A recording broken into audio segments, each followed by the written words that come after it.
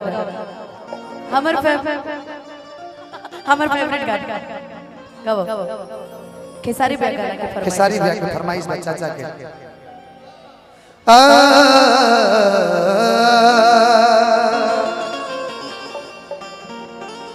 जब से शादी भइल बा तब से औरत बड़ा बेचैन बिया, अभी जी तरफ देखन बुझा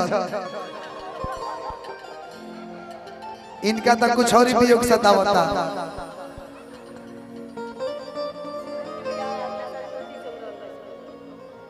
हाँ बताओ, सूरजो भाई के बिया ज्योति अगला साल होता। लड़की का नाम सूरज भाई के मेहरारू कहतरी कि सैया लइका नियन सूत जाला कोरा में। भौजी बुझत नखिन कि दिया के हजोरा में ना आवो कि सैया लइका नियन सूत जाला कोरा में, दिया के हजोरा में ना।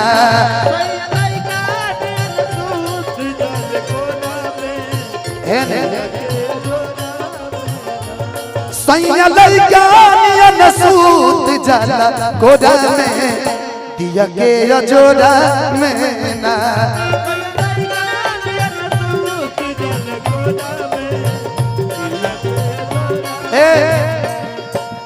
क्या करते थे साजना तुम हमसे दूर रह के, क्या करते थे साजना तुम हमसे दूर रह के। हम तो जुदाई में अकेले छुप छुप के रोया करते थे, ओ छुप छुप के रोया करते। लेकिन अनुपमा जी क्या बतलाए जाने जा हम तुमसे दूर रह के, क्या बतलाए जाने जा हम तुमसे दूर रह के। अक्सर जुदाई में अकेले तुझको ही मांगा करते थे, ओ तुमको ही मांगा करते थे।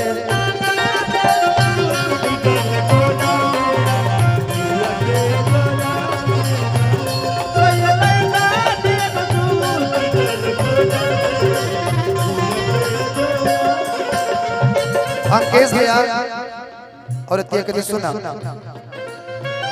सजिया पे आवे लेता अच्छा रात के बोढ़ेले, ओढ़ना पीछा बनाया अपना लत से बिटोर ले।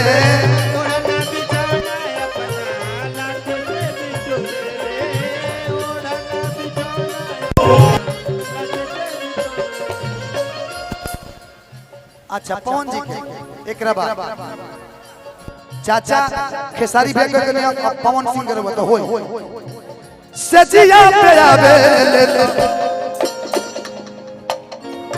अच्छा रात के बोढ़ेले, ओढ़ना पीछा बनाया अपना लत से बिटोर ले।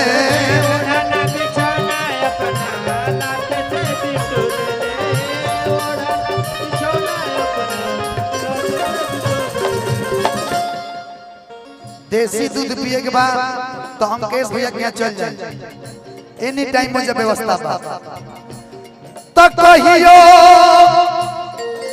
आधे हाथ ना लगावे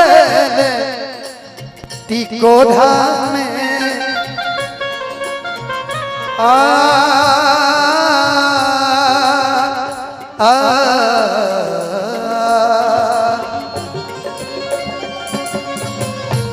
कहियो हाथ ना लगावे टिकोढ़ा में, दिया के हजोरा में ना। सैया लइका नियन सूत जाला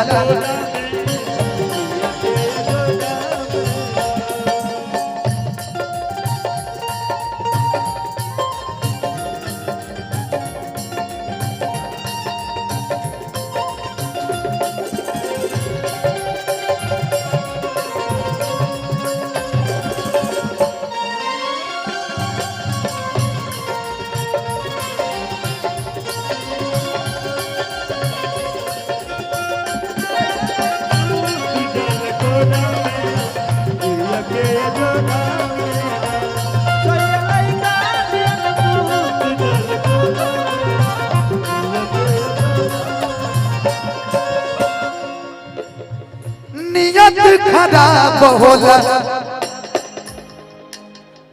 बहे पूरवैया इहे लइका इहे लइका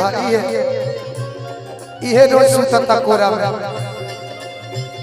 नियत खराब होला बहे पूरवैया कबहू न खोद खा करला मुदैया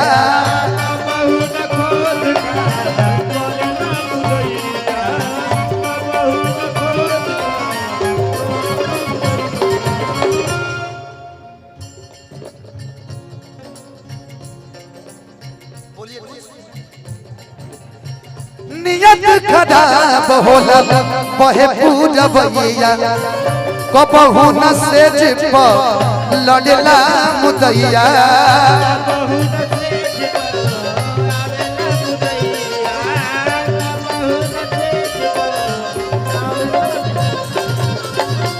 इस शादी के गोगे रह जान गोलू भाई ये बियाह कराओ तयगुआ हर जोड़ा ना लगवले हमारा जोड़ा में किया जोड़ा ना लगवले हमारा जोड़ा में दिया के जोड़ा में ना सैया लइका न सूत जाला गोड़ा में दिया के जोड़ा में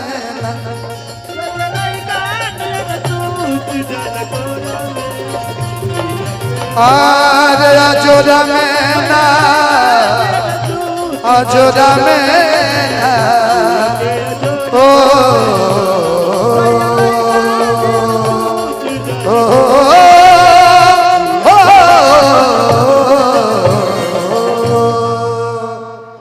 कि दिया के अजोरा में ना